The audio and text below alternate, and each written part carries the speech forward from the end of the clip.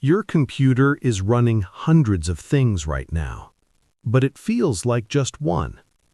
Today's story is about the process life cycle, not as stages, not as diagrams, but as something you can clearly imagine.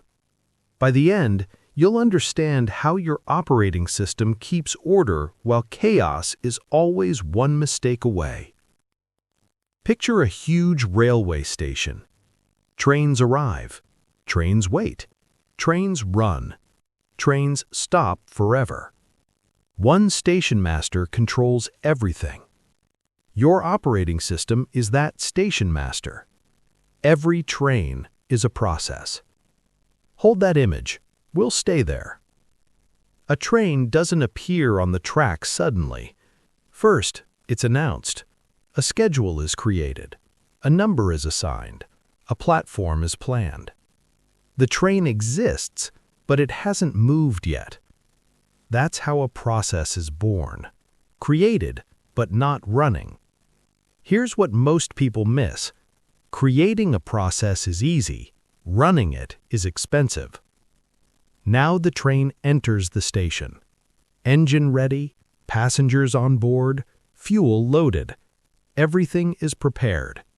But the train is not moving. Why? Because the track ahead is busy. So it waits. Calm, ready, prepared. This is where most processes spend most of their life. Waiting. This is where it clicks. The CPU is not the train. The CPU is the single track. Only one train can move at a time. Everyone else must wait. Now the signal turns green. The train moves. Instructions execute. Work gets done. But this moment is short, very short, milliseconds. Then something happens. Here's what surprises people. Most processes don't finish when they run. They get interrupted. The train is moving, then suddenly a red signal. Not because something broke, but because time is up. Another train needs the track. So the station master pauses this train and sends it back to waiting. Same place, same state, nothing lost. This is multitasking.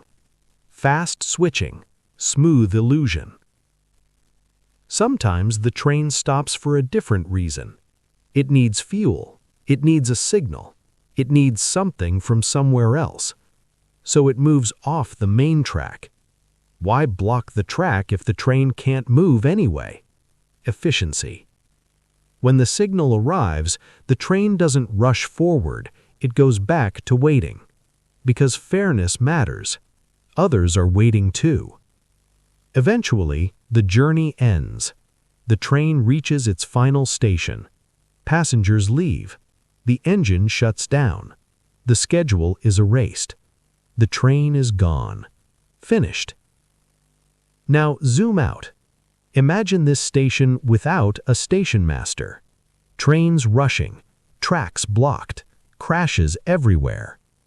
That's why the operating system manages process states. Not to slow things down, but to keep everything alive. Think about your phone. Music playing, messages arriving, downloads running, screen responding. They're not running together. They're taking turns, perfectly timed turns. Here's a quiet truth. Most processes spend very little time running and a lot of time waiting. The operating system doesn't rush them, it manages them.